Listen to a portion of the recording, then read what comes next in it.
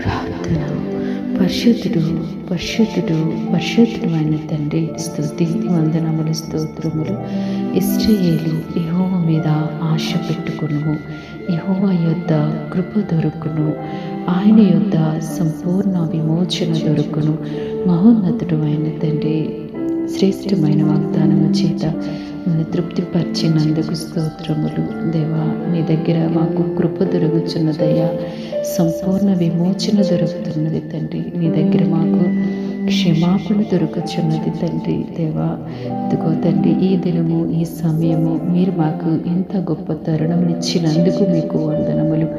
ఈ ప్రార్థనలో ఏకీభవించి తండ్రి మాకు కృప కలుగులాగున తండ్రి, ఎవరైతే శిరస్సు ఉంచి ప్రార్థించుచున్నారో తండ్రి, వారి కుటుంబములను మీరు దీవించండి తండ్రి. సంపూర్ణమైన విమోచన